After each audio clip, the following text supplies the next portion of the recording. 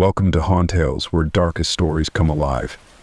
I know many of you tune into these tales to drift off to sleep, so settle in, relax, and get comfortable. Whether you're lying in bed or curled up on the couch, let the whispers of these chilling encounters carry you away. Before we begin tonight's story, be sure to like the video and subscribe to the channel for more spine-tingling tales, and let me know in the comments where are you listening from, and what time is it. I love seeing how far our stories travel. For the best experience, use your headphones, close your eyes, and let every word sink deep into your mind.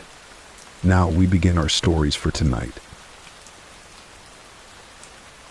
Story 1.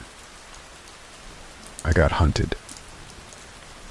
The headlights barely cut through the torrential downpour as I squinted at the empty road ahead.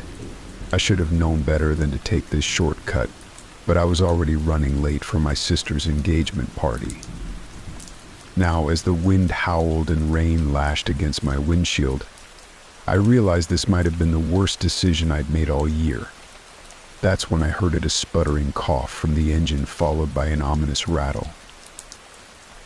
No, I muttered, gripping the steering wheel tighter. The car lurched, losing speed rapidly.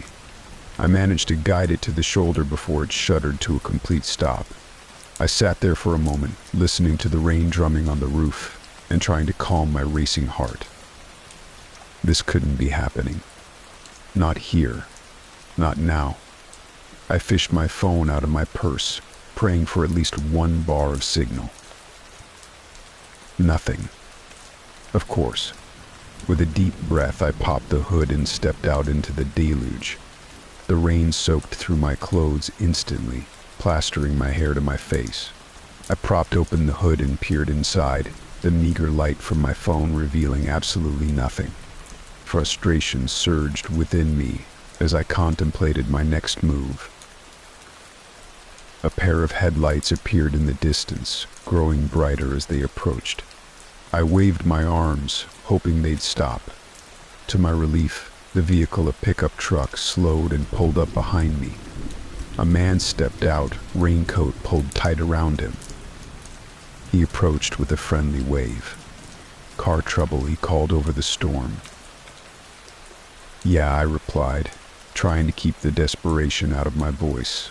It just died on me. "I don't know what's wrong." He nodded, moving closer to inspect the engine. "Mind if I take a look?" I stepped back, grateful for the help. "Please, be my guest," as he leaned in. The light from my phone illuminated his face. He was older than I'd initially thought, probably in his 50s, with graying hair and deep-set eyes. There was something about those eyes that made me uneasy, but I chalked it up to the stress of the situation. "Looks like your alternator might be shot," he said after a few moments. "Not something we can fix out here, I'm afraid." I felt my heart sink. "Great," I muttered. "Just great." He straightened up, wiping his hands on his jeans. "I can give you a ride to the nearest town if you'd like. There's a mechanic there who might be able to help." I hesitated. Every instinct told me getting into a car with a stranger was a bad idea, especially on a night like this. But what choice did I have? "That would be great. Thank you," I said, forcing a smile. He grinned back, and something in that smile made my skin crawl. "Happy to help. Grab whatever you need and hop in. I'm Jake, by the way." "Sarah," I replied quickly, gathering my purse and a small overnight bag from the back seat. I climbed into his truck, the warmth a stark contrast to the chill outside. As we pulled away, I cast one last glance at my car, a lonely silhouette in the rain. "So Sarah," Jake said as we drove, "what brings you out to these parts on such a nasty night?" "I was heading to my sister's engagement party," I explained. "Thought I'd take a shortcut. Guess that backfired." He chuckled, a low, gravelly sound. "Shortcuts have a way of doing that sometimes. You from around here?" I shook my head. No, just visiting. Born and raised, he said, pride evident in his voice.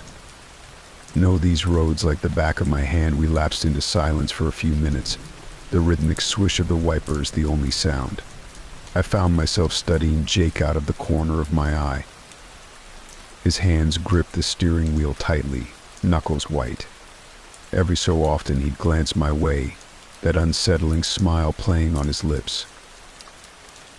"So, tell me about yourself, Sarah," he said suddenly, breaking the silence. "What do you do for a living?"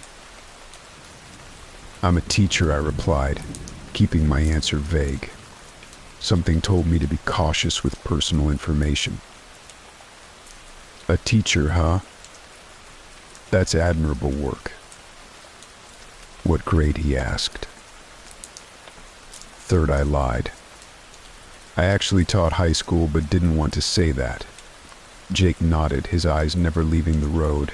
"You married? Got kids?" The question caught me off guard. "No," I said, my unease growing. "Not yet." He clicked his tongue.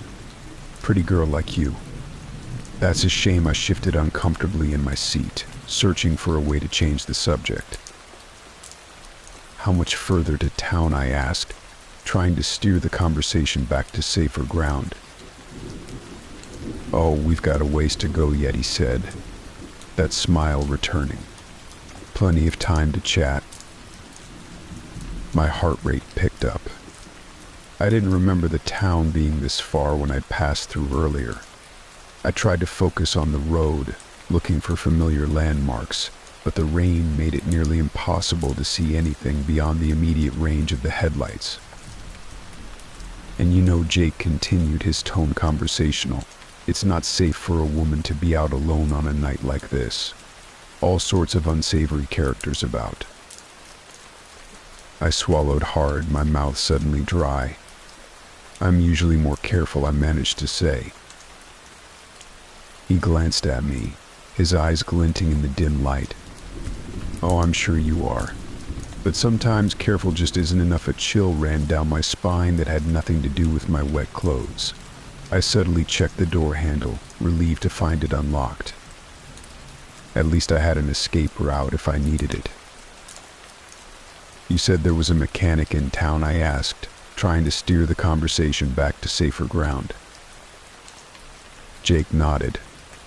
"Old Bill. Known him for years. He'll take good care of you." Something in the way he said it made my skin crawl. I found myself wondering if there really was a mechanic named Bill, or if Jake was just leading me on. We turned off the main road onto a narrow, unpaved track. Trees loomed on either side, their branches reaching out like gnarled fingers in the darkness. "This doesn't look like the way to town," I said, unable to keep the fear out of my voice. Jake chuckled. "Just a little detour. Roads flooded up ahead." I didn't believe him for a second. My heart was pounding so hard I was sure he could hear it. I gripped my purse tighter, feeling for my keys. They weren't much, but they were better than nothing if I needed to defend myself. "You know," Jake said, his voice taking on a darker tone, "I've been driving these roads for decades. Picked up all sorts of interesting folks, but none quite as interesting as you." I didn't respond, my mind racing with possible escape plans. Could I jump out while the truck was moving? We weren't going that fast, but in this rain I'd likely hurt myself, and then what? I had no idea where we were or which way to run. Jake continued, seemingly oblivious to my distress. "I bet you're wondering where we're really going, aren't you? Well, don't you worry. We're almost there." As if on cue, a dilapidated house came into view. Jake pulled up in front, killing the engine. The sudden silence was deafening. "Here we are," he said, turning to face me. "Home sweet home." I stared at the house in horror. Paint peeled from the weathered siding, and several windows were boarded up. This clearly wasn't the town, and there was no mechanic in sight. "I think there's been a misunderstanding," I said, my voice shaking. "I really need to get to town." Jake's smile widened, revealing yellowed teeth. "Oh, I don't think there's been any misunderstanding at all, Sarah. I think you know exactly what's going on here." My hand closed around my keys, holding them between my fingers like a weapon. "Please," I said, "just let me go. I won't tell anyone about this. I swear." He laughed, a harsh, mirthless sound that made me flinch. "Now why would I do that? We're just getting started." In that moment, I knew I had to act. As Jake reached for me, I swung my fist, keys protruding between my fingers. They connected with his face, drawing blood. He howled in pain and anger, giving me the opening I needed. I fumbled for the door handle, threw it open, and launched myself out into the rain. I hit the ground hard, mud splattering my clothes, but adrenaline propelled me forward. I could hear Jake cursing behind me, the sound of the truck door slamming. I ran blindly into the woods, branches whipping at my face, roots threatening to trip me with every step. Jake's shouts echoed behind me, spurring me on. Despite the burning in my lungs, I don't know how long I ran. The time seemed to stretch and contort, minutes feeling like hours. Eventually I couldn't hear Jake anymore, but I didn't dare stop. The rain had eased to a drizzle, and through gaps in the canopy, I could see the first hints of dawn lightening the sky. Just when I thought I couldn't go on, I burst out of the tree line and onto a paved road. In the distance, I could see buildings the town I'd been trying to reach all along. As I staggered toward civilization, a car approached. I waved frantically, praying it wasn't Jake. To my immense relief, a kindly-looking elderly couple pulled over, their faces etched with concern.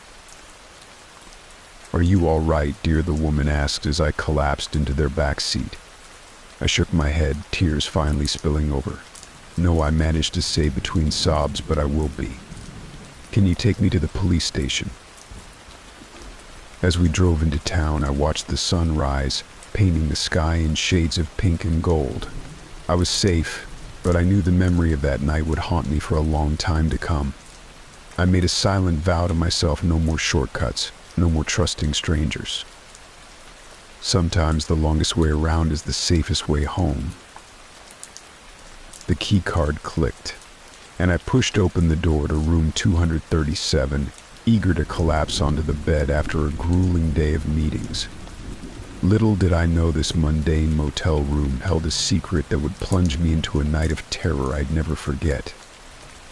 I tossed my briefcase onto the worn armchair and loosened my tie, surveying the room with a sigh. It was your typical budget motel fare: outdated floral wallpaper, a lumpy-looking bed, and a TV that had seen better days. But it was just for one night, I reminded myself. Tomorrow I'd be back home, away from this god-forsaken town and its endless string of client presentations. As I unpacked my overnight bag, my foot caught on something in the thin carpet. I stumbled, catching myself on the edge of the bed. Frowning, I knelt down to investigate. There, partially hidden by the bed skirt, was a small metal ring. Curiosity piqued, I gave it a tug. To my surprise, a section of the carpet came up, revealing a trapdoor underneath. My heart raced as I stared at the unexpected discovery.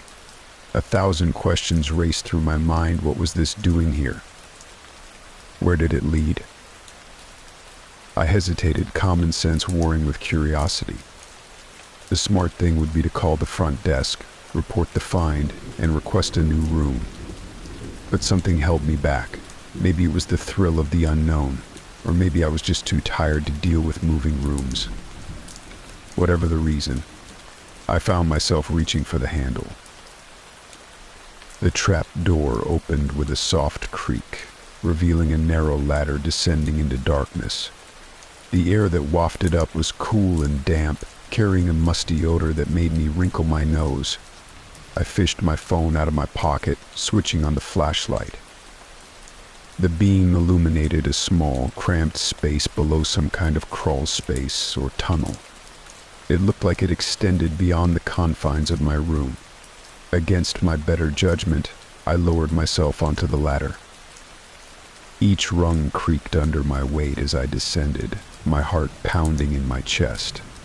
The flashlight cast eerie shadows on the walls, which appeared to be bare earth supported by old wooden beams. As my feet touched the ground, I had to hunch over to avoid hitting my head on the low ceiling. I swept the light around, taking in my surroundings. The tunnel stretched out in both directions, disappearing into darkness. The walls were lined with pipes and old electrical wiring. It looked like some kind of maintenance access, but why would it be accessible from a guest room? Curiosity overrode caution, and I decided to explore a bit further. I chose the direction that I thought led further into the motel and started walking. My footsteps muffled by the earth, I moved deeper into the tunnel. The air grew colder, older, and damper. Water dripped somewhere in the distance, the sound echoing ominously. I was about to turn back when I heard something that made me freeze in my tracks. Voices. They were muffled and distant, but unmistakably human. My first instinct was to call out, but something stopped me. There was an urgency to the voices, a tension that put me on edge. I crept forward, following the sound. As I got closer, I could make out word shipments coming in tomorrow night. We need to be ready. What about the cops? Johnson's been sniffing around. Don't worry about Johnson. He's been taken care of. My blood ran cold. This wasn't a casual conversation. It sounded like something illegal was going down. I edged closer, straining to hear more. The boss wants this to go smoothly. No mistakes this time. Got it. Yeah, we'll be ready. What time? Midnight. The usual spot. I leaned in, trying to catch more details when suddenly my foot slipped on a wet patch of ground. I stumbled, my hand shooting out to catch myself against the wall. In the process, my phone clattered to the ground, the flashlight beam spinning wildly. The voices abruptly stopped. My heart leapt into my throat as I heard footsteps approaching. Panic seized me as I scrambled to retrieve my phone, fumbling in the darkness. What was that? Did you hear something? Check it out. Now, I snatched up my phone and turned, ready to sprint back the way I came, but in my haste and confusion, I took a wrong turn. The footsteps were getting closer, and I could see the bobbing beam of a flashlight behind me. I ran blindly, no longer caring about stealth. My lungs burned as I gasped for air in the stuffy tunnel. I could hear shouts behind me, spurring me to run faster. Suddenly, my foot caught on something, a root, or a piece of debris I couldn't tell. I went down hard, landing face first in the dirt. Pain shot through my knee and palms, but adrenaline kept me moving. I scrambled to my feet just as a beam of light fell on me. Hey, stop right there. I didn't look back. I just ran. The tunnel seemed endless, twisting and turning. I had no idea where I was or how to get back to my room. All I knew was that I had to get away. Just when I thought my legs would give out, I saw something ahead, a ladder similar to the one in my room. Without hesitation, I lunged for it, practically flying up the rungs. I burst through the trap door, finding myself in another motel room. It was dark and empty. Thank God. I slammed the trap door shut and dragged the nearest piece of furniture, a heavy dresser, over it. Panting heavily, I leaned against the wall, trying to catch my breath and make sense of what had just happened. I had stumbled upon something big, something dangerous. Those men in the tunnel were clearly involved in criminal activities, and now they knew someone had overheard them. I peered out the window, trying to get my bearings. I was on the ground floor at the back of the motel. My room was on the second floor near the front. I had no idea whose room this was, or when they might return. A plan started to form in my mind. I needed to get out of here fast, but first I had to get back to my room and grab my things.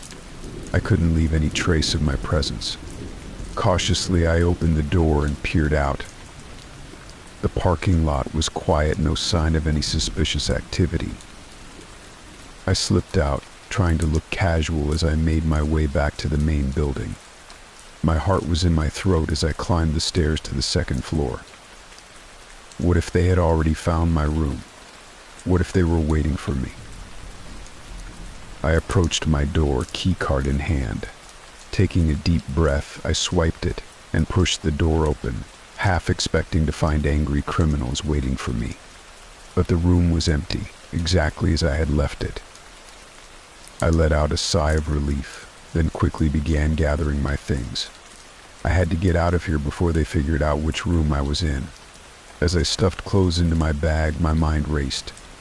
Should I call the police? But what would I tell them? That I had eavesdropped on a criminal conversation while trespassing in a secret tunnel. It sounded insane, even to me. No, the safest thing to do was to leave quietly and anonymously. I could think about what to do with the information once I was far away from here. I did one last sweep of the room, making sure I hadn't left anything behind. The trap door was still open, a dark maw on the floor.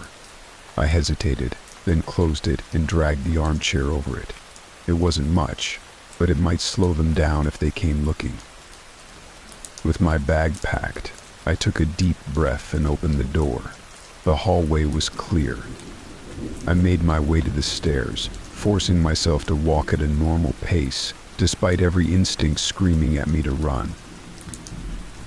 As I reached the lobby, I heard voices coming from the front desk. I froze, recognizing one of them as the man from the tunnel.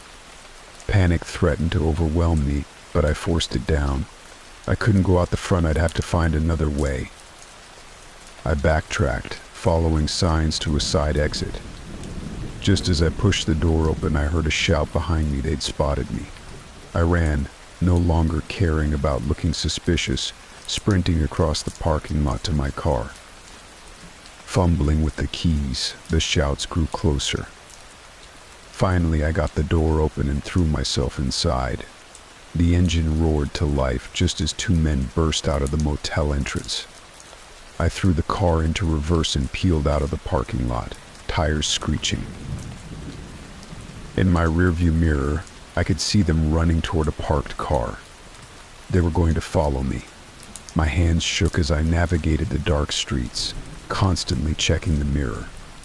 How far would they chase me? What would they do if they caught up? I drove for hours, taking random turns, doubling back, doing everything I could to lose any tail. It wasn't until the sun started to rise that I finally allowed myself to relax a little. I pulled into a rest stop, exhausted and shaken. As the events of the night replayed in my mind, I realized how close I had come to real danger, all because of a hidden trapdoor and my own curiosity. As I sat there watching the sun rise and contemplating my next move, one thing was clear: I would never look at a motel room the same way again. Sometimes the secrets hidden behind closed doors are better left undiscovered. The first drop of rain hit my face like an icy warning. I looked up at the darkening sky, cursing my luck. What had started as a peaceful day hike was about to turn into a nightmare I'd never forget. I'd been walking for hours, enjoying the solitude of the forest and the crisp autumn air. The trail was supposed to loop back to my car, but somewhere along the way, I must have taken a wrong turn. As the shadows lengthened and the temperature dropped, I realized with growing dread that I was lost. The rain started in earnest, fat drops pelting through the canopy above. I pulled my lightweight jacket tighter, but it did little to keep out the chill. My boots squelched in the quickly forming mud as I pushed on, hoping to find my way back to a familiar path. Thunder rumbled in the distance, and I picked up my pace. The last thing I needed was to be caught in a full-blown storm. As I rounded a bend in the trail, I saw something that made my heart leap. A cabin. It was small and weathered, its wooden walls gray with age, but it was shelter, and right now, that was all that mattered. I jogged toward it, relief flooding through me as I reached the small porch. The door was unlocked, creaking open at my touch. "Hello," I called out, not wanting to intrude if someone was inside. No answer. I stepped in, blinking as my eyes adjusted to the dim interior. The cabin was sparse but cozy. A stone fireplace dominated one wall, and I could see a small kitchenette in the corner. A narrow staircase led up to what I assumed was a loft. It looked like it hadn't been used in a while. A fine layer of dust covered everything. I shrugged off my wet jacket, hanging it on a hook by the door. Outside, the storm was picking up, wind howling through the trees. I was grateful for the solid walls between me and the elements. After a bit of searching, I found some dry firewood stacked near the fireplace. It took a few tries with my damp matches, but soon I had a small fire going, its warmth a blessed relief after the chill of the rain. As I sat by the fire, trying to dry out, I couldn't shake the feeling that something was off. The cabin was a godsend, but why was it unlocked? And why did it feel like it had been abandoned in a hurry? I pushed the thoughts aside, chalking it up to an overactive imagination fueled by too many horror movies. I was safe, dry, and could wait out the storm. In the morning, I'd find my way back to civilization. As night fell, the storm showed no sign of letting up. The wind had picked up, whistling through gaps in the cabin's walls. Tree branches scraped against the roof, sounding unnervingly like claws trying to get in. I tried to distract myself by exploring the cabin more thoroughly. In a drawer, I found an old journal. Its pages were yellowed and brittle, the handwriting faded. I could only make out bits and pieces. Day 3, the noises are getting louder. Something's out there. Day 7, I saw it today. God help me, I saw it. Day 12, can't sleep. It's always watching. The last entry sent a chill down my spine. If you're reading this, get out. Get out now. I snapped the journal shut, my heart racing. It was just the ramblings of some paranoid hermit, I told myself. Nothing to worry about.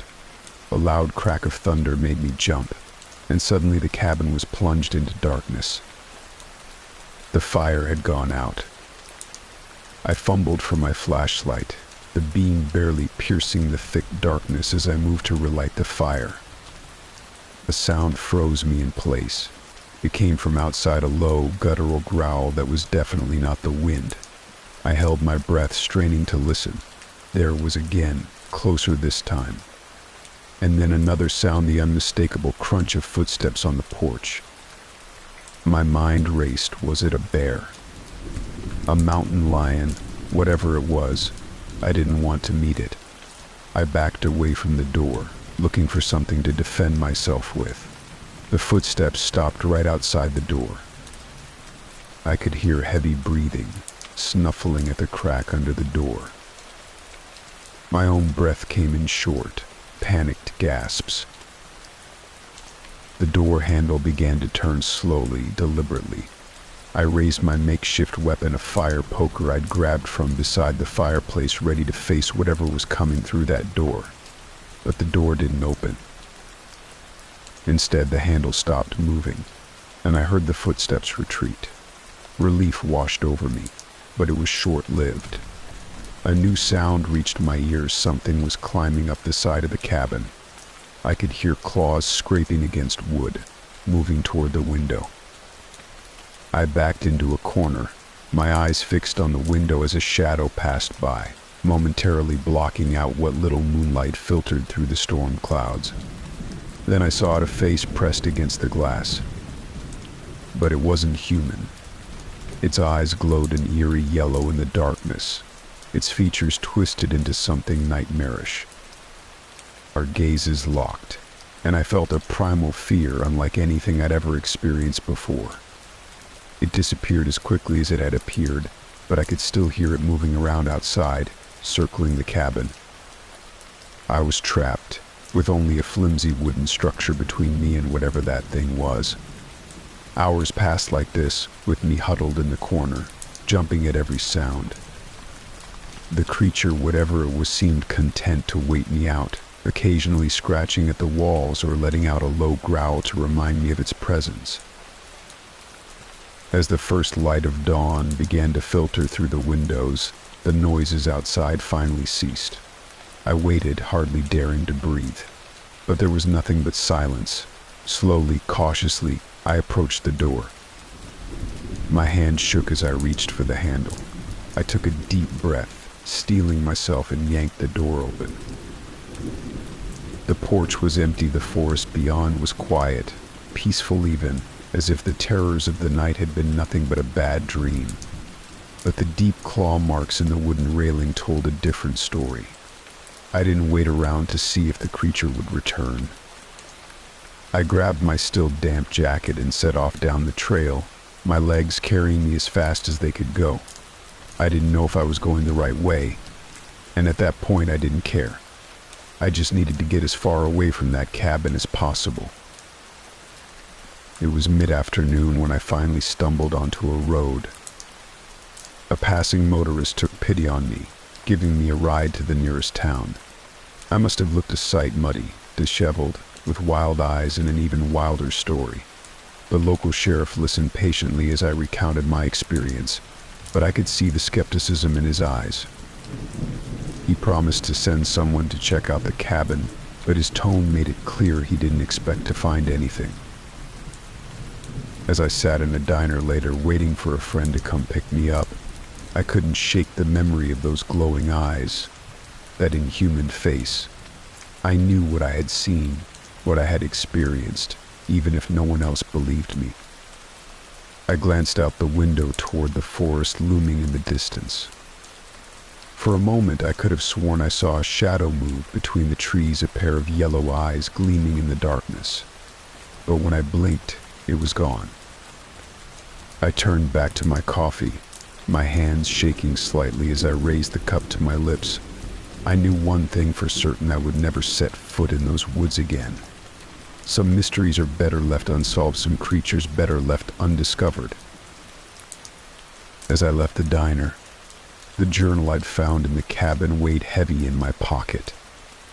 Its warning echoed in my mind: if you're reading this, get out.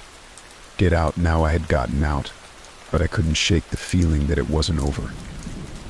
That somehow, some way, the thing from the woods would find me again. I climbed into my friend's car, casting one last glance at the forest as we pulled away.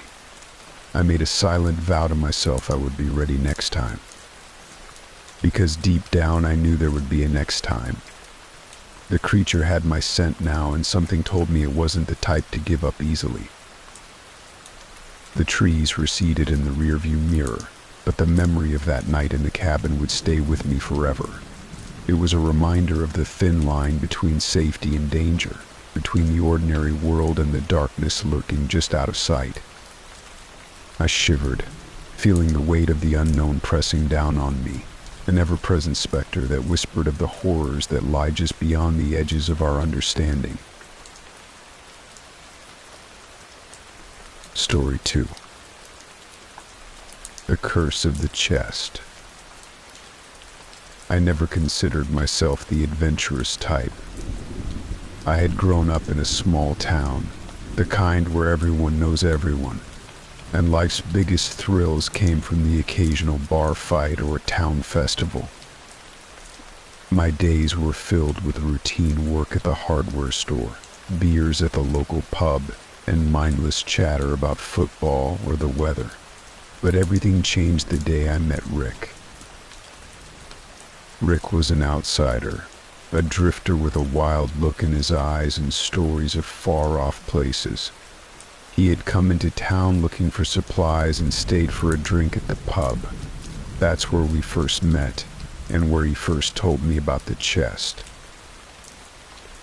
"You ever hear about the Blackwood family?" he asked, leaning in close over the bar, as if he were sharing some grand secret. I hadn't. Most of us were too focused on our day-to-day to care much about anything outside of town. Rick seemed almost disappointed by my ignorance, but his eyes gleamed with excitement as he continued. Old money, from back when the town was first settled. The family was cursed, or so they say. Their manor was abandoned over a century ago after the last heir, Isaac Blackwood, disappeared. Rumor has it he was obsessed with treasure hunting and spent his fortune searching for a chest his ancestors had hidden away. Nobody's ever found it, but it's said to hold unimaginable riches and a deadly curse. I laughed at first, thinking it was just some tall tale, but there was something in Rick's expression that stopped me.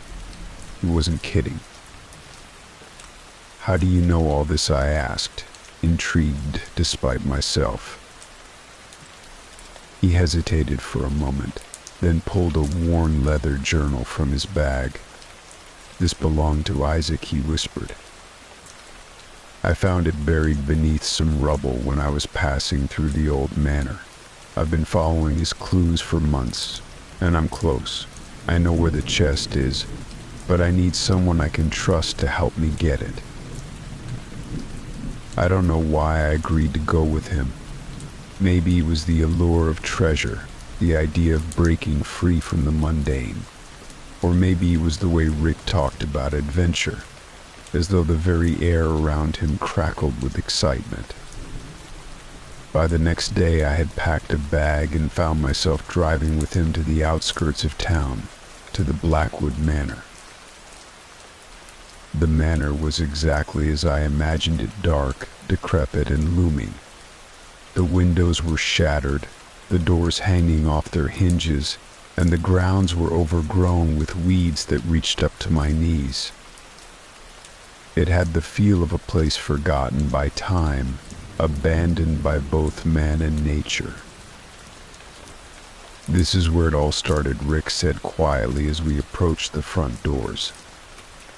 "Isaac spent years searching for the chest. The journal says it's buried somewhere near the manor, but there's something guarding it, something he could never defeat." I raised an eyebrow. "Guarding it? Like what? Some ghost?" Rick didn't answer, just pushed open the creaking door and stepped inside.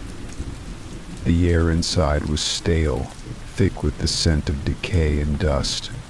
The walls were lined with old portraits, their eyes seeming to follow us as we moved through the grand hallway.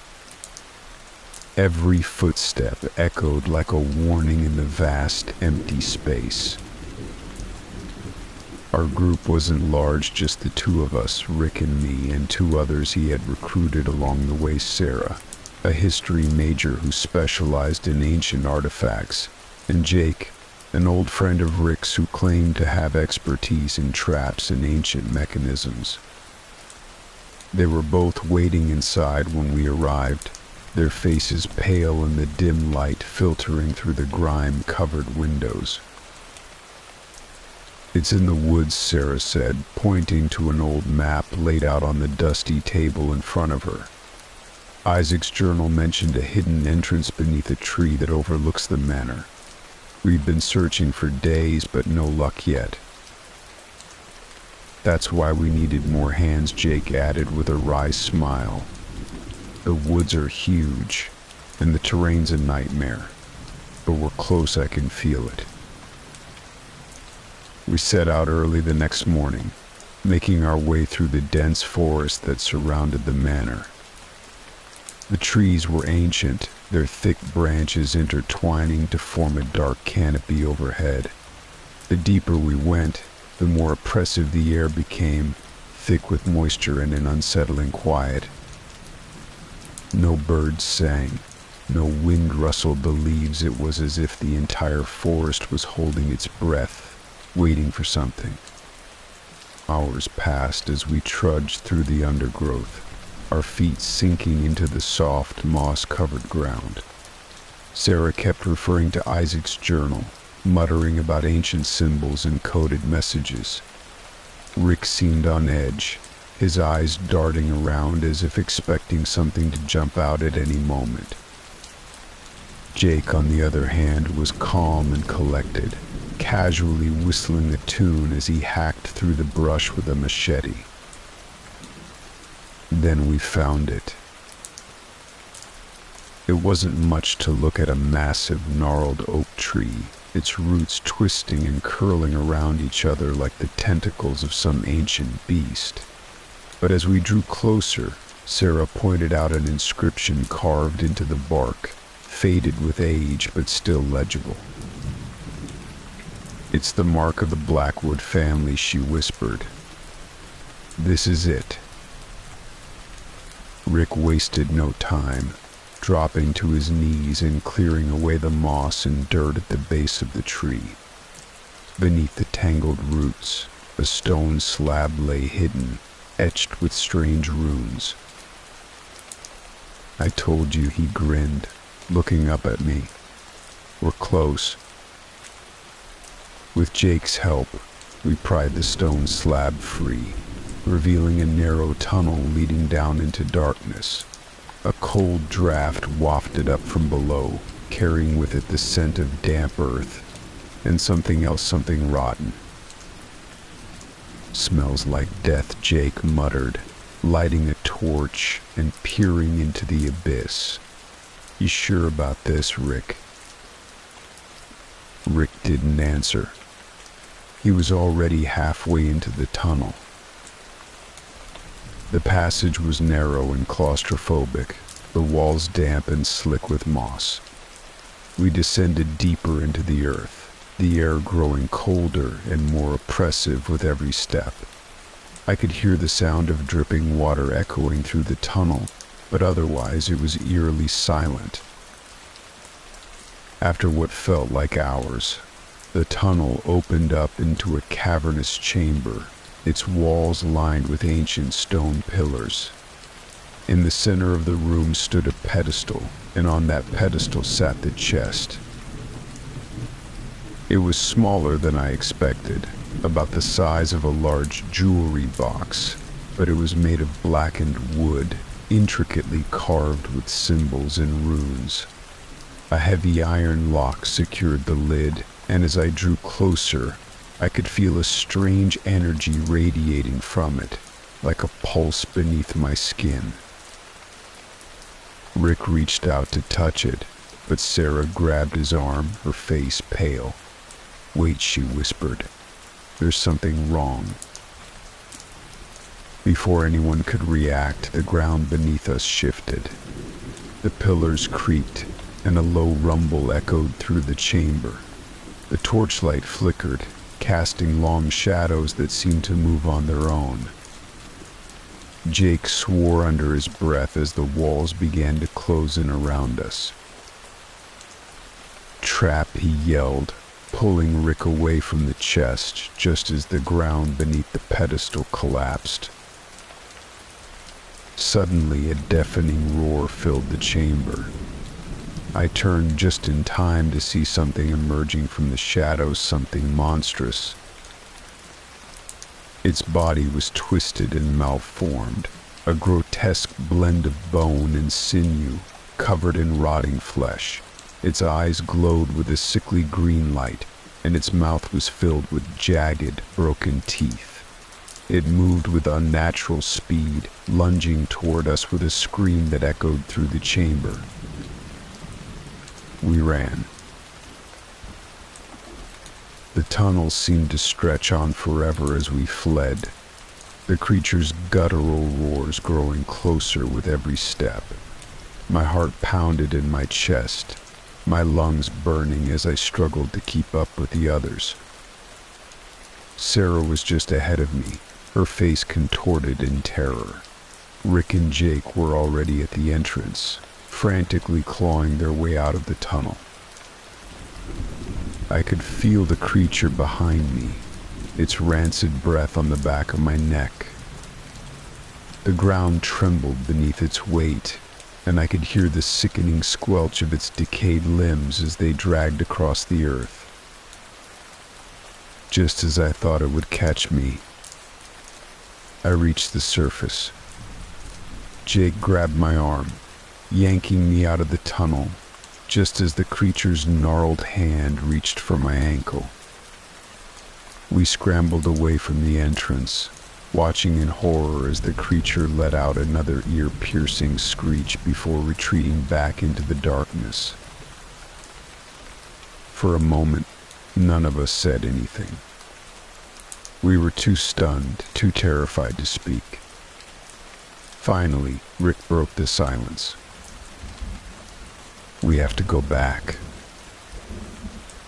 I stared at him, incredulous. "Are you insane? That thing nearly killed us." Rick shook his head, his eyes wild. "The chest is still down there. We can't leave without it." "No," Sarah said firmly. "Whatever that thing is, it's guarding the chest. Isaac knew about it, that's why he never found it. It's cursed, Rick. You have to let it go." But Rick wasn't listening. He was already making his way back toward the tunnel. The night fell heavy and dark around the manor as we retreated to our camp. Rick paced restlessly, unable to shake the obsession that had gripped him since the moment we laid eyes on that chest. Sarah and Jake sat by the fire, whispering in low voices, clearly as rattled as I was. I couldn't stop thinking about the creature, its twisted form and those glowing eyes. What had it been? And why was it guarding the chest? As the fire crackled and the night grew colder, Rick suddenly stood up, his face set in grim determination. "I'm going back in," he said quietly. Rick's words hung in the air like a death sentence. The fire crackled softly, casting flickering shadows across his face, but there was no doubt in my mind he was serious. The madness in his eyes had deepened, and it was clear that whatever logic or caution remained in him had been burned away by his obsession with the chest. "You can't be serious," I said, rising to my feet. My voice sounded small in the vast, oppressive darkness of the woods. We barely made it out alive the first time. "You saw that thing, Rick. Whatever's down there, it's not worth dying for." Rick shook his head, his jaw clenched. "You don't get it. This is bigger than us. That chest is not just a box of gold or jewels. There's something ancient about it. Isaac Blackwood was onto something. I can feel it." He turned to Sarah and Jake, who were staring at him in disbelief. "You saw the markings. You read Isaac's journal. There's more at stake here than just money. This is history. This is a chance to uncover something no one else has. Something powerful." "Powerful," Sarah snapped, standing up as well. "Rick, that thing nearly tore us apart. You're talking about risking all our lives for a cursed chest. Don't you understand? Isaac didn't find it because he couldn't. That creature. It's a guardian or something. It's not going to let anyone take the chest. Maybe that's the curse." Jake, ever the pragmatist, simply sighed and rubbed the back of his neck. "Look, man, I don't know what's down there, but I'm not keen on meeting it again. We got out by the skin of our teeth, and if you ask me, that's a sign we shouldn't push our luck." But Rick wasn't swayed. His eyes burned with a feverish light as he looked at each of us in turn. I can't force you to come with me, but I'm going back, with or without you." I exchanged a glance with Sarah and Jake.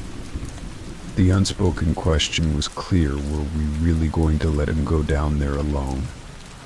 As reckless and insane as it seemed, we were a team, and we had come this far together. Abandoning Rick now felt like sentencing him to death.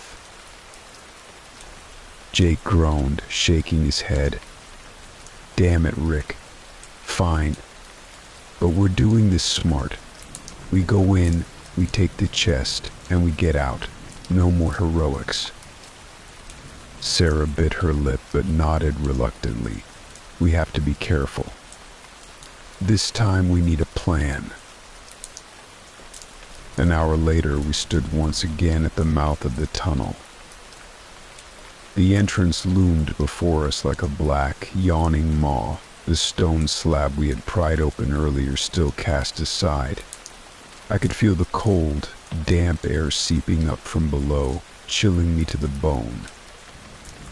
Every instinct in my body screamed for me to turn back, to leave this cursed place and never look back, but Rick was already leading the way down, and like a fool, I followed. Jake had packed a fresh set of tools, including a few flares and extra torches, while Sarah had studied Isaac's journal more closely, hoping to uncover any new clues. But there was little in the way of guidance. The only thing we knew for certain was that the creature the Guardian would return. We descended into the tunnel once more, the oppressive weight of the earth pressing in on us as we ventured deeper. This time, the air felt even heavier, as if the very walls were watching, waiting for us to make a mistake.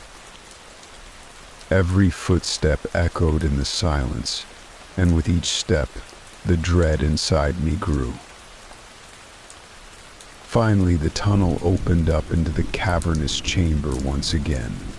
The pillars still stood, ancient and foreboding, and in the center of the room, the chest still sat atop its pedestal, waiting for us. Rick moved forward, but Jake grabbed his arm. "Hold on," he said, his voice barely a whisper. "We need to be smart about this." He pulled a small bundle of rope from his bag and began tying it around Rick's waist. "In case things go south, I can pull you back. If you get caught again, well, better safe than sorry." Rick gave a curt nod, and then, with a deep breath, he stepped toward the chest. We all held our breath as he approached the pedestal, half expecting the ground to collapse beneath him like before, but nothing happened. Rick reached out and touched the chest, his fingers brushing over the intricate carvings on its surface. He fumbled with the lock, his hands trembling with anticipation. For a brief moment, the only sound in the chamber was the soft click of metal as he worked at the lock. Then, with a sharp snap, the lock fell away. Rick's eyes widened in triumph as he slowly lifted the lid. Inside, nestled among a bed of rotting velvet, was the treasure, a set of gold coins, glistening in the dim light of our torches. But there was something else, too, a small, black stone, polished and smooth like a piece of obsidian. It seemed to pulse with an eerie light, as though it were alive. "What is it?" I asked, stepping closer. "I don't know," Rick murmured, reaching for the stone. "But I think this is what Isaac was really after.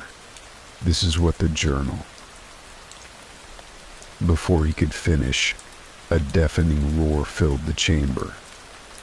The air seemed to shudder, and the walls vibrated with an unnatural force. The creature was back.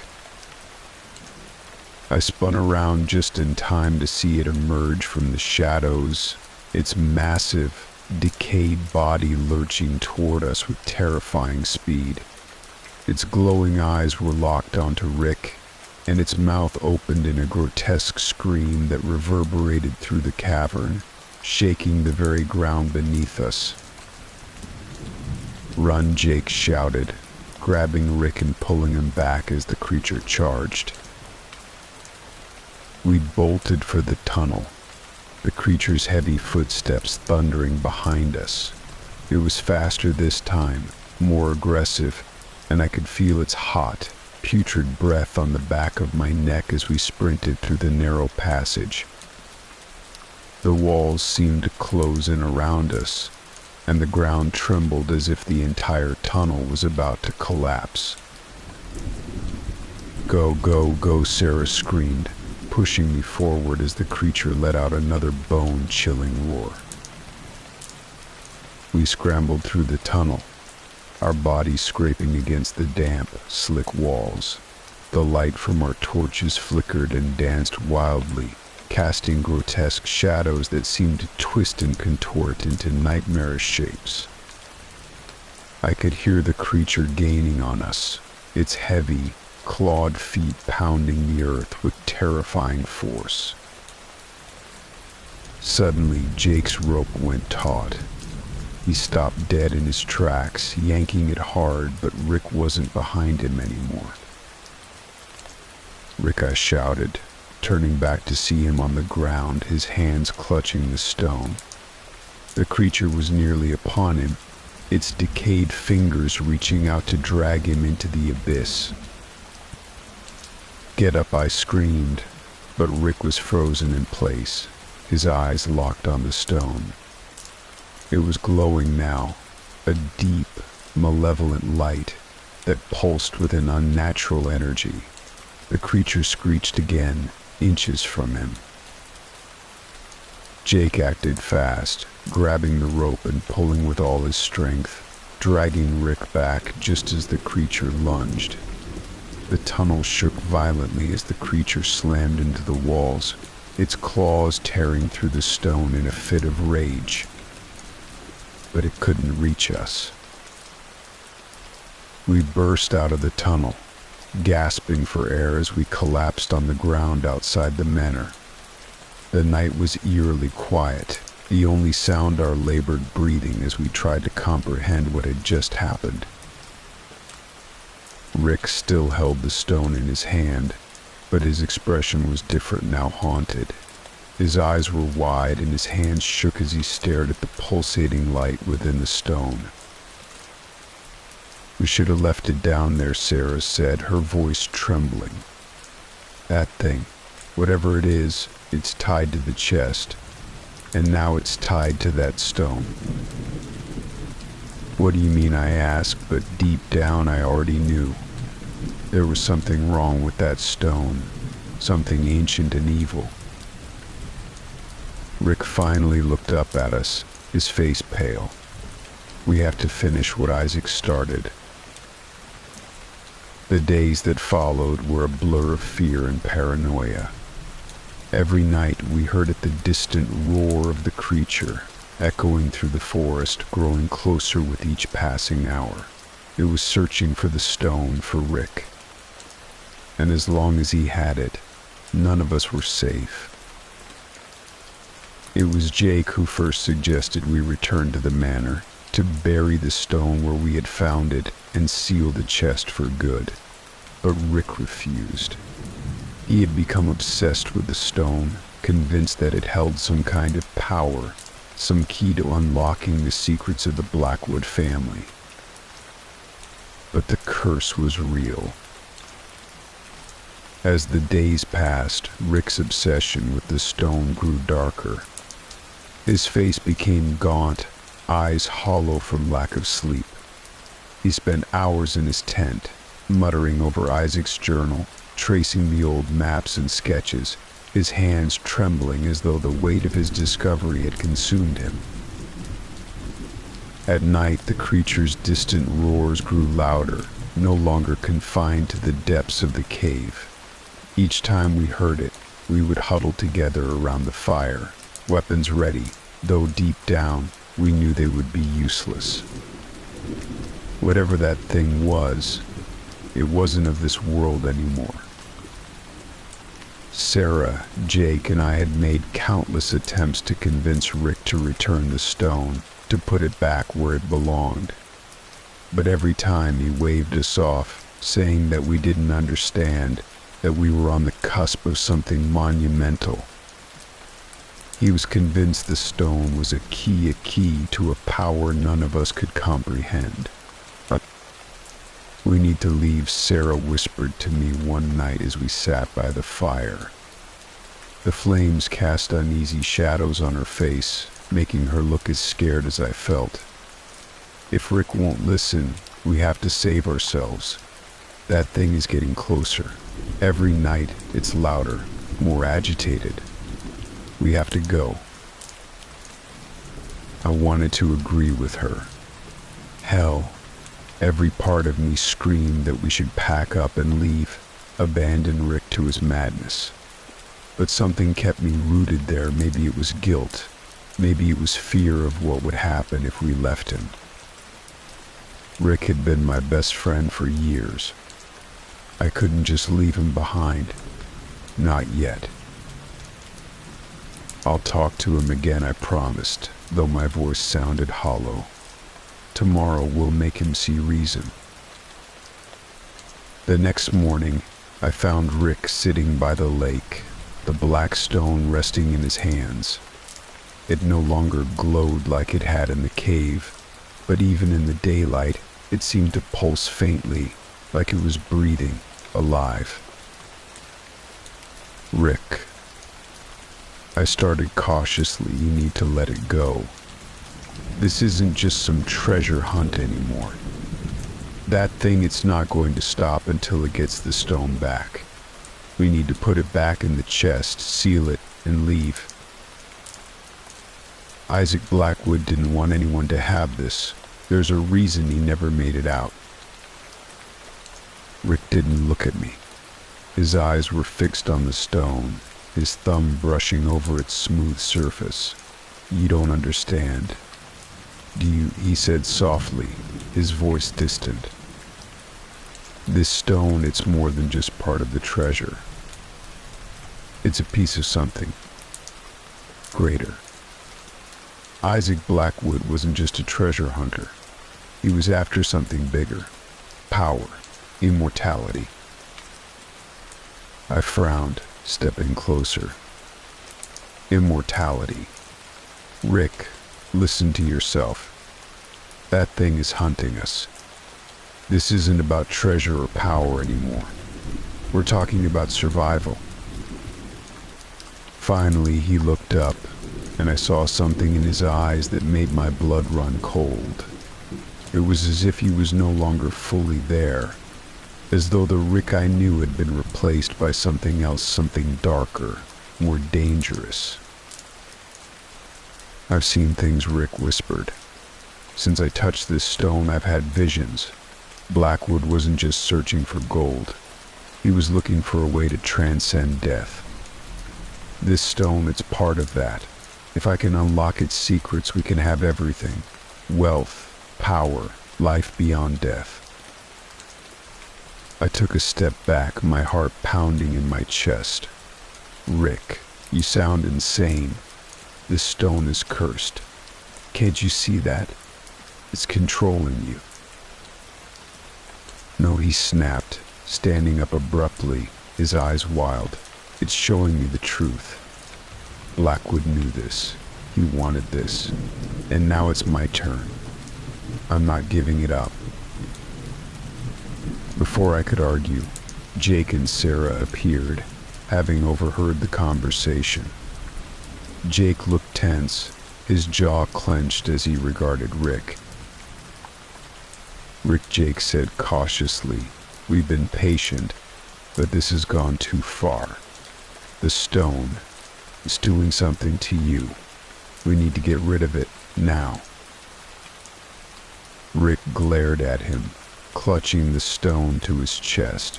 "You don't know what you're talking about. None of you do. I'm staying, and I'm keeping the stone." Sarah stepped forward, her voice pleading. "Rick, please." If we leave that thing unsealed, it will never stop hunting us. We don't even know what it is, but we know it's dangerous. We need to stop it before it's too late. For a moment, Rick's expression softened, but then the hardness returned. He turned his back on us, walking toward the edge of the lake. "I don't need you," he muttered. "If you're too scared to see what this really is, then leave." Jake and I exchanged a look, but before we could say anything more, the sky suddenly darkened. A low rumble of thunder echoed through the trees, and a strange, unnatural chill swept through the air. Sarah gasped, pointing toward the forest. "Oh my God, it's coming." I followed her gaze, and my stomach dropped. The trees at the edge of the forest were swaying violently, as if something massive was pushing its way through. The creature's roar, louder and more menacing than ever before, echoed through the clearing. "Rick," I shouted, but he didn't respond. He just stood there, staring at the stone in his hand, as if transfixed. The ground shook beneath our feet as the creature emerged from the forest, its massive, decayed form towering over us. Its glowing eyes were fixed on Rick, its mouth wide open in a grotesque snarl. "Run," Jake yelled, grabbing Sarah's arm and pulling her toward the tree line. I hesitated for a moment, torn between staying to help Rick and fleeing for my life. But Rick still wasn't moving. He was just standing there, completely oblivious to the danger. I ran back toward him, grabbing his arm. "Rick, we have to go now." He finally snapped out of his trance, his eyes wide with terror as he saw the creature looming over us. We bolted toward the forest, the creature's footsteps shaking the ground behind us. But as we ran, Rick stumbled, falling to his knees. The stone tumbled from his hand, rolling across the dirt. He scrambled after it, desperate to grab it, but the creature was already upon him. I screamed for him to leave it, to run, but it was too late. The creature's massive clawed hand reached down, wrapping around Rick's body like a vice. He let out a blood-curdling scream as the creature lifted him into the air, its mouth opening wide to reveal rows of jagged, rotten teeth. "Rick," I shouted, but there was nothing I could do. The creature let out a deafening roar, and in one swift motion, it pulled Rick into its maw. His screams were cut short, and the creature's glowing eyes locked onto mine. I froze, my mind racing. The stone, it wanted the stone. That's what it had been after all along. Without thinking, I lunged for the stone, grabbing it off the ground and throwing it toward the creature. As soon as the stone left my hand, the creature let out a horrible screech, its body convulsing violently. It dropped Rick's mangled body to the ground and turned its attention to the stone, its claws reaching for it.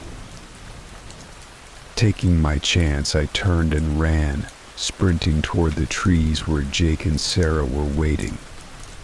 I didn't look back, I couldn't. I didn't stop running until I was deep in the forest, my lungs burning, my heart pounding in my chest. When I finally stopped, I collapsed onto the ground, gasping for breath. Jake and Sarah were beside me, their faces pale, their eyes wide with shock. "Rick," Sarah whispered, tears streaming down her face. "He's gone." I didn't say anything. I couldn't. My mind was still reeling from what I had just seen. Rick was dead, and the creature was still out there, guarding the stone, waiting for its next victim. Jake put a hand on my shoulder, his voice grim. We need to get out of here. Now. We left the cursed manor behind, our hearts heavy with the loss of our friend. The treasure, the cursed stone, was not meant to be found, and the guardian, the creature that had claimed Rick's life, was a reminder of that. Isaac Blackwood's treasure was more than just gold, it was a trap, a curse that had claimed countless lives, and we had been foolish enough to fall into its grasp. As we drove away from the forest, the sky began to clear, but the chill in the air remained. None of us spoke. There was nothing left to say. The curse of the forgotten chest would stay buried as it was meant to. But as I glanced in the rearview mirror, I thought I saw something in the distance, a faint, glowing light flickering in the darkness. And I knew, deep down, that the curse wasn't over. It would never be over. In the days that followed, the weight of what had happened pressed down on all of us like a suffocating fog. We returned to the city, but life was never the same. It couldn't be.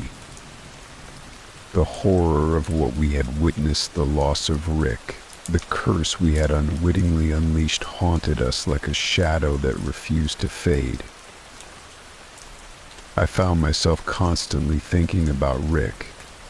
We'd been through everything together, college, jobs, years of friendship. He had always been the reckless one, chasing after thrills, always looking for the next adventure. I had admired that about him, envied his fearlessness, but in the end it had cost him his life. In the quiet moments when the house was still and the world outside seemed too far away to matter, I reflected on my own choices. I could have stopped him. I should have. I had seen the signs, the way the stone had consumed him, twisting his thoughts. But I let him dive headfirst into danger, thinking I could pull him back at the last second. I was wrong. And now my best friend was gone, swallowed by a curse that should have stayed buried. Jake tried to act like nothing had changed, burying himself in work, keeping busy to avoid the memories. But I could see the cracks. He didn't talk about the trip, didn't mention Rick, and when I brought it up once, he shut me down quickly. I knew it was his way of coping, of trying to forget. But deep down, I knew he was just as haunted as I was. He'd been the one to push for leaving Rick behind, for abandoning the treasure. It was the right call, but that didn't make it any easier to live with. Sarah, though, took it the hardest. She had been the voice of reason, the one who tried to save us all from the beginning, but we hadn't listened. Now, she carried that guilt with her every day. She stopped going out, stopped talking much. We met for coffee a few times, but each conversation was brief, awkward, as though there were things too heavy for words to express. Her eyes were always clouded with sadness, her usual vibrant energy dulled by the weight of what we had experienced. She had lost more than just a friend, she had lost her trust in the world. I would sit in my apartment at night, staring out at the city lights, wondering if the curse was still out there, waiting. The glowing eyes of the creature haunted my dreams, those roars echoing in the stillness of the night. Sometimes I'd wake up drenched in sweat, sure I could hear the distant rumble of footsteps, the crackle of dead leaves underfoot. But it was always just a trick of the mind. Or so I told myself. But the reflection that consumed me most wasn't about the creature or even Rick's death. It was about us, about the greed that had led us to that cursed chest in the first place. We hadn't gone looking for that treasure out of necessity or even adventure. It had been about wealth, about fame, about proving something. And in the end, it had cost us everything. It was a hard pill to swallow that we had become the very thing we had mocked in all those stories of cursed treasures and ancient relics. We had laughed at the idea that gold and jewels could be worth someone's life. But when we'd stood before that chest, staring at the riches inside, none of us had thought to turn away. We had all wanted it, even if we wouldn't admit it now. Rick had just been the one brave or foolish enough to reach for it first. One evening, months later, I sat by the lake, staring at the water's surface, lost in thought. This was the same lake where Rick had stood, clutching the stone that had ultimately claimed him. The same place where our lives had been forever changed. I wasn't sure why I had returned. Maybe I was looking for closure, or maybe I was still searching for answers. But as I sat there, watching the sun dip below the horizon, I realized something important. There are some things in this world that we aren't meant to understand, forces that exist beyond human comprehension. Isaac Blackwood had learned that the hard way, and so had we. The treasure, the stone, the curse, they were part of something older, something darker. And no amount of knowledge or bravery could change that. I never told anyone about the stone, about the creature, or the chest. Part of me thought about returning to the cave, about sealing it for good, making sure no one else would ever stumble across it. But another part of me knew that the chest didn't need guarding anymore. The creature was still out there, and as long as the stone remained untouched, it would stay bound to its curse. I left the lake that night with a heavy heart, but with some semblance of peace. I couldn't undo what had happened, couldn't bring Rick back, but I could live with the knowledge that the curse would stay buried. At least for now. As for me, Jake, and Sarah, we went our separate ways. We didn't stay in touch. There was too much pain between us, too many memories we were all trying to forget. But I knew we'd all carry the scars of that trip for the rest of our lives. Rick had once said that treasure hunts were about more than just gold, that they were about discovery, about pushing the limits of what we knew and what we were capable of. He had been right, in a way. But the real treasure, the real discovery, wasn't something we could hold or claim. It was the lesson we had learned too late, that some things are better left buried.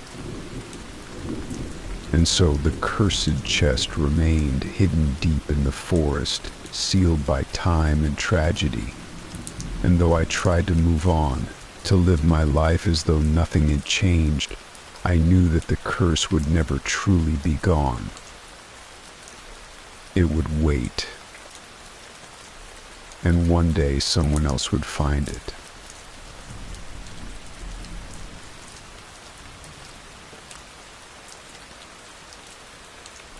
Story 3. The Phantom Vessel. There's something haunting about the sea. A vast, endless expanse, stretching out to the horizon in every direction with nothing but water beneath and sky above. It's beautiful during the day, sure, when the sun glistens on the waves like a million tiny diamonds. But at night, when darkness falls and the ocean turns into a black void, it's terrifying. The sea is ancient, primal. It doesn't care about you, your life, or your fears. And when you're out there alone, you begin to understand that. I never expected to end up stranded at sea. I wasn't an adventurer or some thrill seeker. I was just a man trying to make sense of my life, to escape the wreckage of a crumbling marriage, a career that had stalled, and the general sense that I'd lost control of everything. When I heard about the chance to crew on a private yacht headed for the South Pacific, I jumped at it. A break, a chance to get away from it all, to clear my head. Little did I know that this trip would take me further away from everything than I could have ever imagined. The Albatross was a 60-foot yacht, sleek and elegant, outfitted with all the comforts you could ask for. The owner, David, was an old friend of mine. He had built his fortune in tech and was now spending his millions on sailing the world. He invited me to join him and a small crew for a month-long voyage across the Pacific. We would leave from Fiji and head toward the Marquesas, stopping at remote islands along the way. It sounded perfect. But just 3 days into the trip, everything went wrong. The storm hit us out of nowhere. One minute the sea was calm, the sky clear, and the next we were being battered by 20-foot waves and howling winds. David and the crew scrambled to secure the boat, but it was too late. The storm was too powerful, too sudden. The sails tore like tissue paper. The yacht's mast snapped with a sickening crack, and water began flooding the cabin. In the chaos, I was thrown overboard. I remember the icy shock of the water as I plunged into the sea, the world turning upside down. I fought to keep my head above the waves, screaming for help, but the storm swallowed my voice. The Albatross was gone, swallowed by the darkness, leaving me alone in the vast, angry ocean. I managed to grab hold of a small life raft that had broken free from the yacht during the storm. Clinging to it for dear life, I watched as the storm raged around me, helpless against the fury of nature. Hours passed, maybe longer. I couldn't tell until finally, the storm began to abate. The winds died down, the waves grew smaller, and the sea became eerily calm. That was the first time I saw the boat. At first, it was just a silhouette on the horizon, a dark shape against the still dark sky. I thought it was a hallucination, a trick of the light, or perhaps my mind playing games with me in my exhausted state. But as the sky lightened with the coming dawn, the shape became clearer. It was an old fishing boat, the kind you'd see in black and white photographs, wooden, weathered, and covered in rust. It looked like it hadn't been touched in decades, the hull stained dark with age, the sails torn and flapping limply in the gentle breeze. The boat floated there, motionless, as though waiting for something. My heart leaped with hope. Maybe it was a rescue boat. I waved my arms frantically, shouting at the top of my lungs, but the boat didn't move. It just sat there, still as a corpse in the water. Panic gripped me as I realized how alone I truly was. I had no radio, no means of contacting anyone, and I was miles away from land. But the boat was my only chance. I had to get to it. I paddled toward the boat, kicking my legs and using my arms to steer the raft. As I drew closer, I began to notice strange details, things that didn't make sense. The boat was covered in barnacles and seaweed, as though it had been submerged for years, yet it floated perfectly on the surface. The sails were tattered and frayed, but there was no wind strong enough to have caused such damage. And then, as I came within 100 yards, I saw something that chilled me to the bone. There was no one on board. No crew, no passengers, not even a sign of life. The deck was empty, the windows of the cabin dark and lifeless. I called out again, but the only response was the sound of the water lapping against the hull. For a moment I considered turning back. Something about the boat felt wrong. But I was desperate, and I had no other options. I paddled the rest of the way, pulling myself alongside the boat and hoisting myself onto the deck. The wood was slick and slimy beneath my feet, and the air was thick with the smell of salt and decay. I stood there for a moment, catching my breath, trying to steady my nerves. The silence was deafening. There was no creaking of the ship, no sound of waves, just an oppressive, unnatural stillness. That's when I heard the faint sound of footsteps below deck. I froze, my heart hammering in my chest. For a brief moment I was filled with relief. There was someone on board after all. Maybe they were hurt or hiding from the storm, just like me. But as I listened closer, the footsteps sounded. Strange, slow, deliberate, as if whoever or whatever was down there was taking its time, moving with purpose.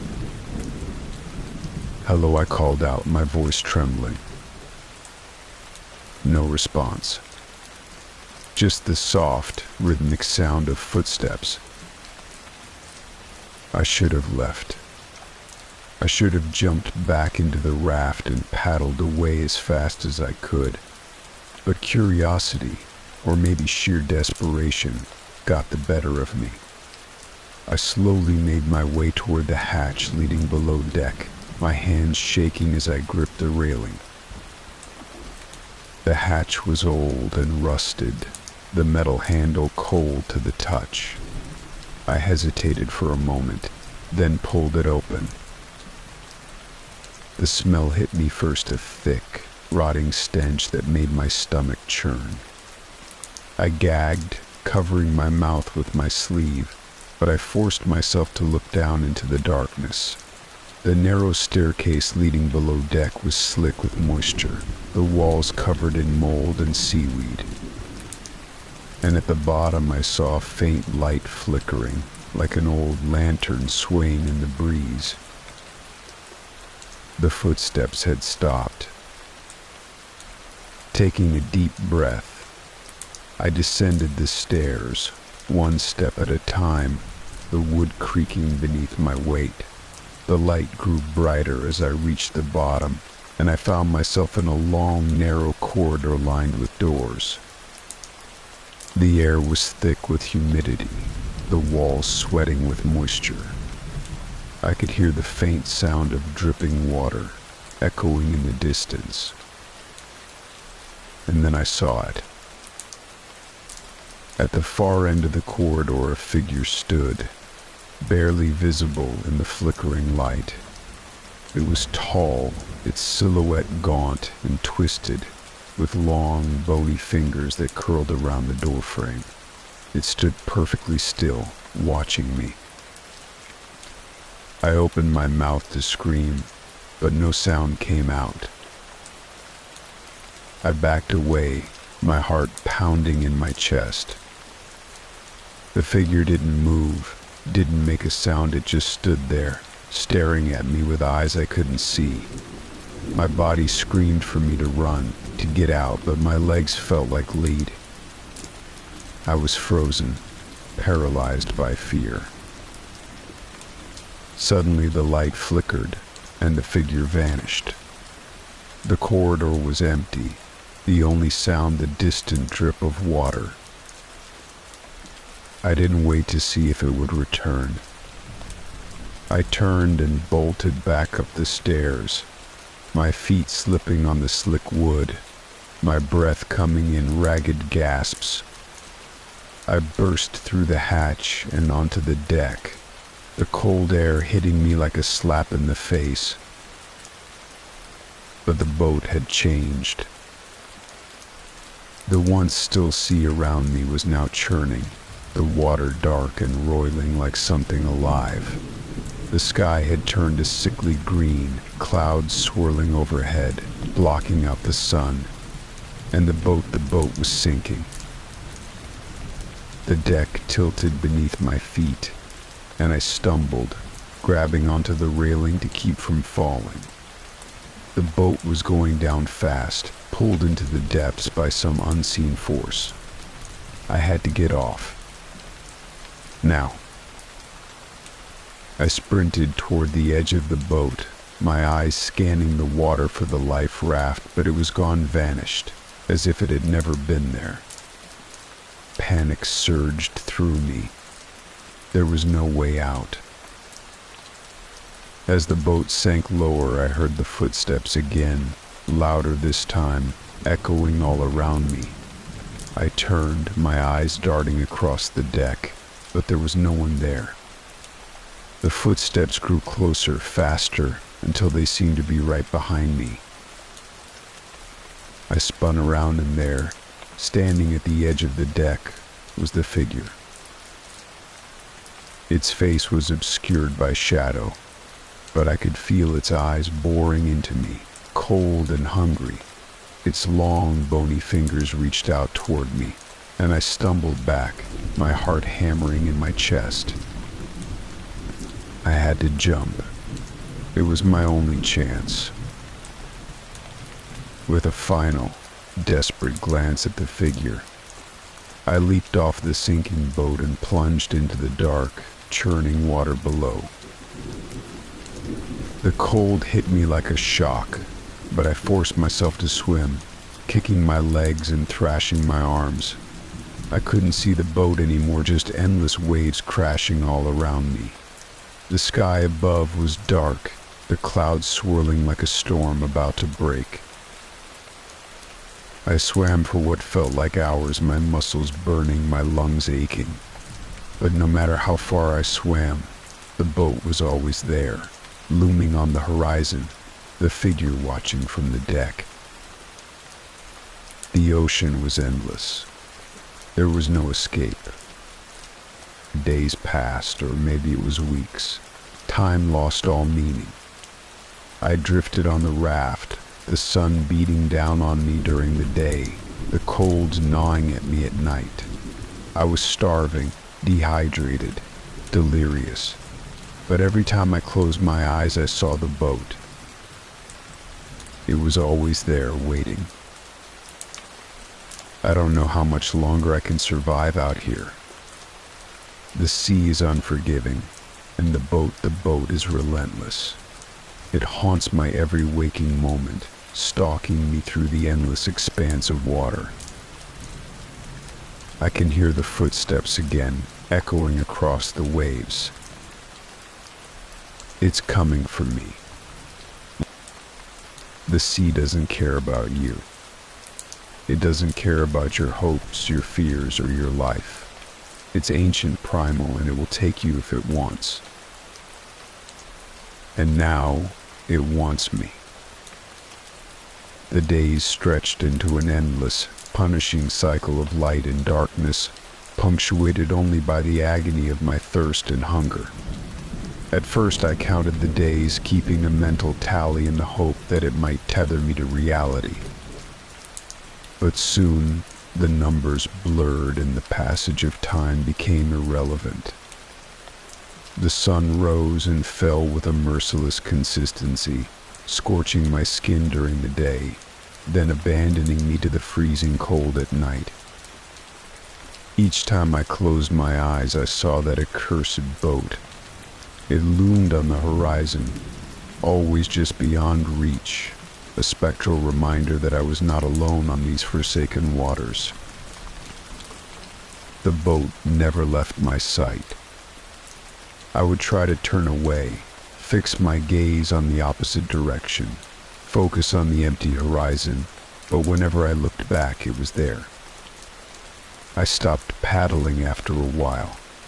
The sea was still, dead in its own way, and any attempts to escape felt futile.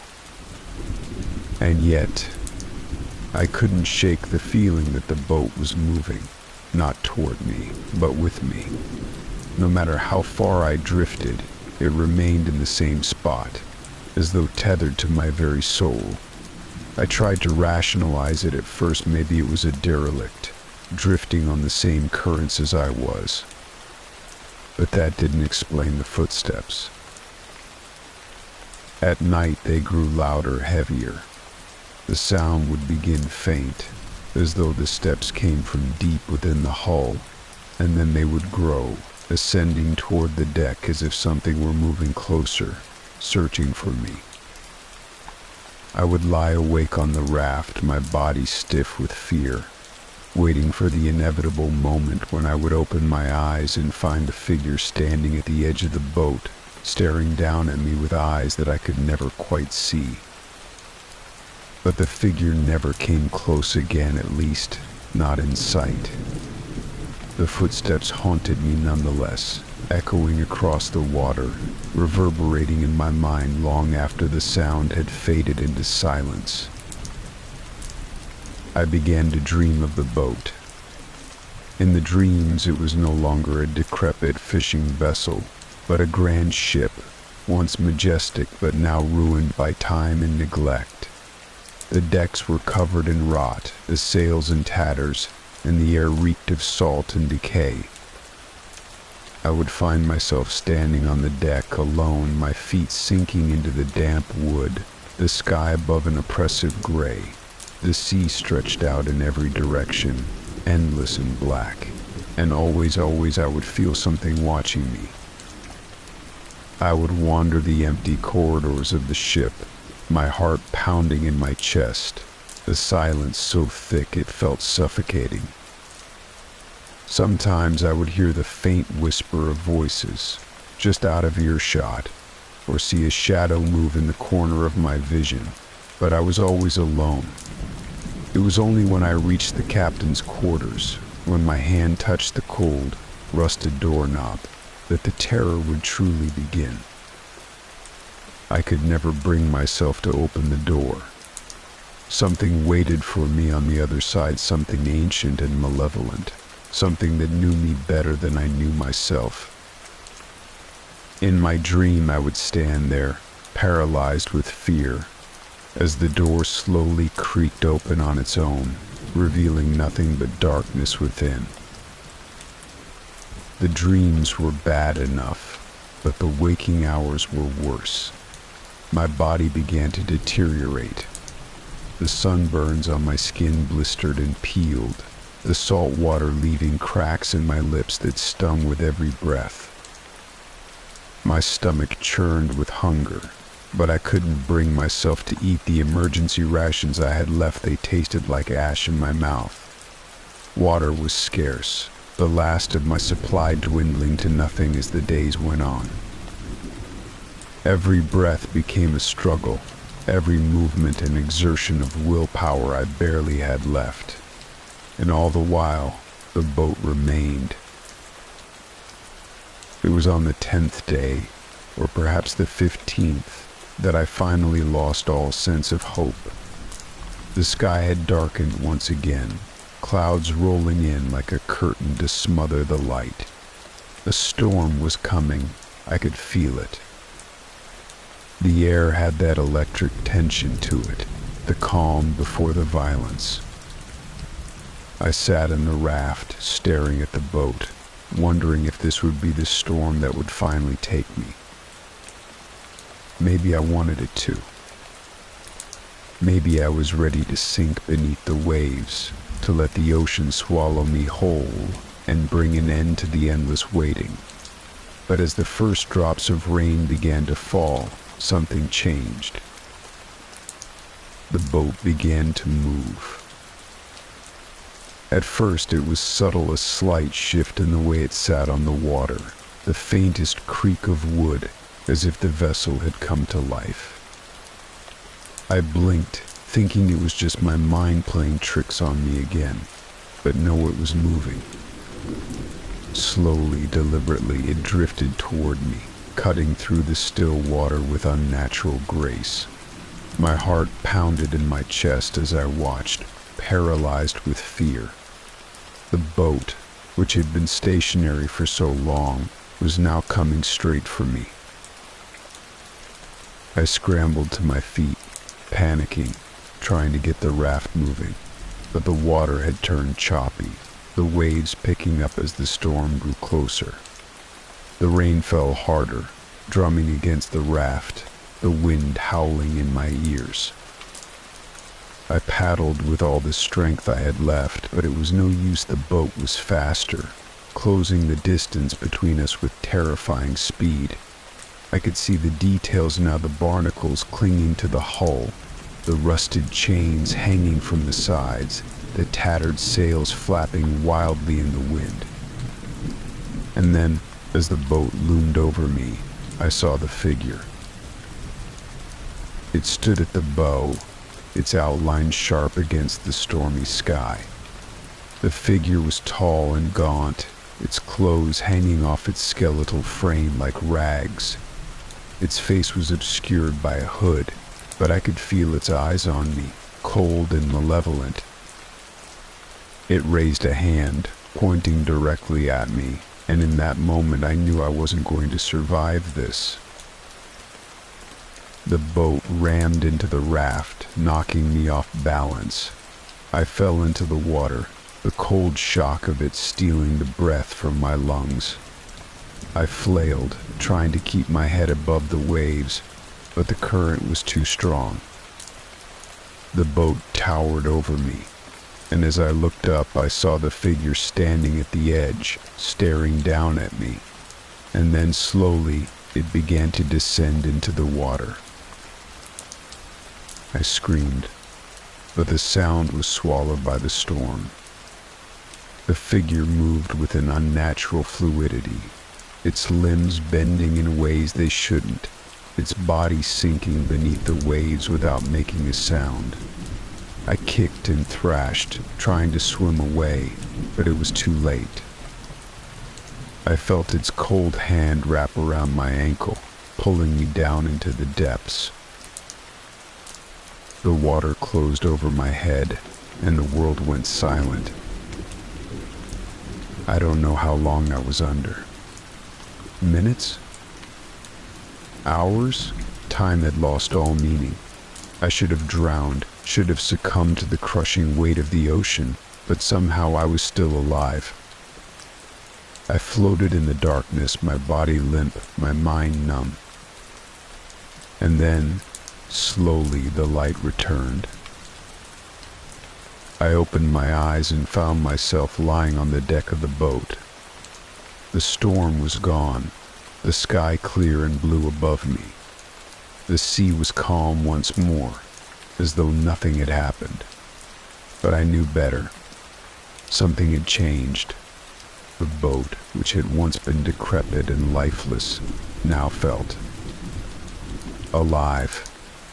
The wood beneath me pulsed with a faint energy, the air humming with a strange, otherworldly vibration. I stood, my legs shaky, and looked around. The deck was empty, the figure nowhere to be seen. But I knew it was still here, watching me, waiting for something. I took a deep breath, trying to steady my nerves. I had to get off this boat. Whatever it was, whatever had brought me here, I couldn't stay. But as I turned to find a way off, I heard the footsteps again. Slow, deliberate, they echoed across the deck, coming from below. I hesitated, my heart racing. I knew what waited for me down there, knew that if I descended into the darkness again, I might not come back. But I had no choice. The boat wasn't going to let me leave, not until I faced whatever it was that had been haunting me. I made my way to the hatch, my hands trembling as I gripped the rusted handle. The footsteps grew louder, closer, until they were right beneath me. I took a deep breath and opened the hatch. The air below deck was thick with the smell of salt and decay. The narrow staircase leading down was slick with moisture, the walls covered in barnacles and seaweed. I descended slowly, each step creaking beneath my weight, my heart pounding in my chest. The light flickered as I reached the bottom, casting long shadows that seemed to move on their own. And there, at the end of the corridor, stood the figure. It was waiting for me. The figure stood motionless at the end of the corridor, its dark form a blur in the dim light. My breath caught in my throat as I took another step forward, my legs trembling with fear. The smell of rot was overwhelming now, like the boat itself was decaying around me. My instincts screamed for me to turn back, to flee, but I knew I had no choice. The boat wouldn't let me go until I faced whatever this was. I inched closer, the floor beneath me creaking under my weight. The figure didn't move. It was like a shadow, a thing that didn't belong in this world.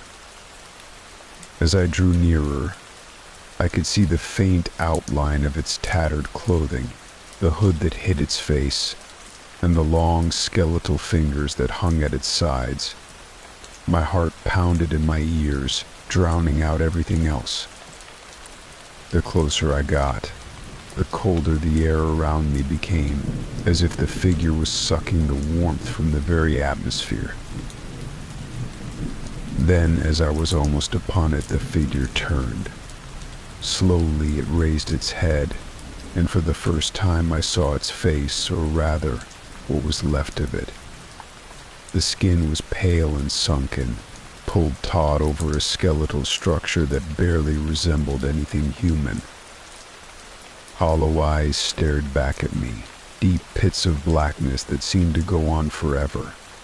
Its mouth opened, a twisted grimace that revealed rows of jagged, broken teeth. I froze, my body refusing to move. The figure raised one bony finger and pointed directly at me. In that moment I understood. The boat wasn't just a vessel, it was a trap, a cursed place where the souls of the lost wandered, unable to move on. And now it wanted me. The boat had been stalking me, drawing me into its web, and the figure was its harbinger, the one who would pull me down into its depths. Suddenly the boat lurched beneath me. The walls groaned, the wood splitting with a deafening crack. Water began to pour in from the sides, flooding the corridor. I stumbled back, my mind racing. I had to get out of here. I had to escape. But as I turned to run, the figure surged forward, moving with a speed that defied its decayed appearance. Its cold, skeletal hands grabbed me, pulling me down into the rising water. I fought with every ounce of strength I had left, kicking and thrashing, but its grip was too strong. The water was up to my chest now, swirling around me at a chaotic rush. I gasped for air, choking on the salty brine. The figure's face loomed closer, its hollow eyes burning into mine, and I realized that this was it. This was how it was going to end. I was going to drown, just like all the others who had been claimed by the boat. But in my final moments of panic, something clicked. I stopped fighting. The fear drained from me as a strange sense of calm washed over me. I had been struggling against something that was inevitable, something that I couldn't control. The boat, the figure, the endless ocean, it wasn't about survival anymore. It was about acceptance. With a deep breath, I stopped struggling and let myself go. The figure's grip loosened, and the water around me began to still. The boat stopped groaning, the walls stopped cracking, and for a brief moment there was silence. I floated in the water, weightless, staring up at the dark, stormy sky through the cracks in the boat's hull. The figure released me, and it too floated, becoming part of the ocean, as if it had been waiting for this moment as long as I had. As I drifted, my mind began to clear. All the desperation, all the terror I had felt over the past days melted away, and in its place was an understanding I hadn't seen before. The boat, the figure, the haunting, it had all been a reflection of my own fear, my own inner turmoil. I had spent so much of my life running, avoiding, refusing to confront the things that terrified me. I had been lost long before I ever set foot on the ocean. This journey, this horrific ordeal, wasn't just about survival, it was about facing myself. The endless sea, the isolation, the haunting figure, each one had forced me to confront the darkest parts of my own psyche, the parts I had buried deep. The boat had been my prison, but it had also been my mirror, showing me the truth I hadn't wanted to see. I floated there for what felt like an eternity, my mind at peace for the first time in days. When I finally opened my eyes, the storm had passed. The boat was gone, and I was alone on the open sea once more. The sun was rising on the horizon, casting a warm glow over the water, and for the first time I didn't feel afraid. I had survived, not just the sea, but the journey within myself. In the distance, I saw the faint outline of a rescue boat approaching, but I didn't wave or shout. I simply watched it come, knowing that whatever happened next, I was ready. The ocean had tried to take me, but it had also given me something in return, a chance to face my demons and emerge on the other side, stronger than before. As the rescue boat drew closer, I took a deep breath, feeling the salt air fill my lungs. I wasn't afraid anymore. Not of the sea, not of the boat, and not of myself. The figure had been right, it had come for me. But in the end, it hadn't taken me. I had found a way to save myself. I was ready to go home.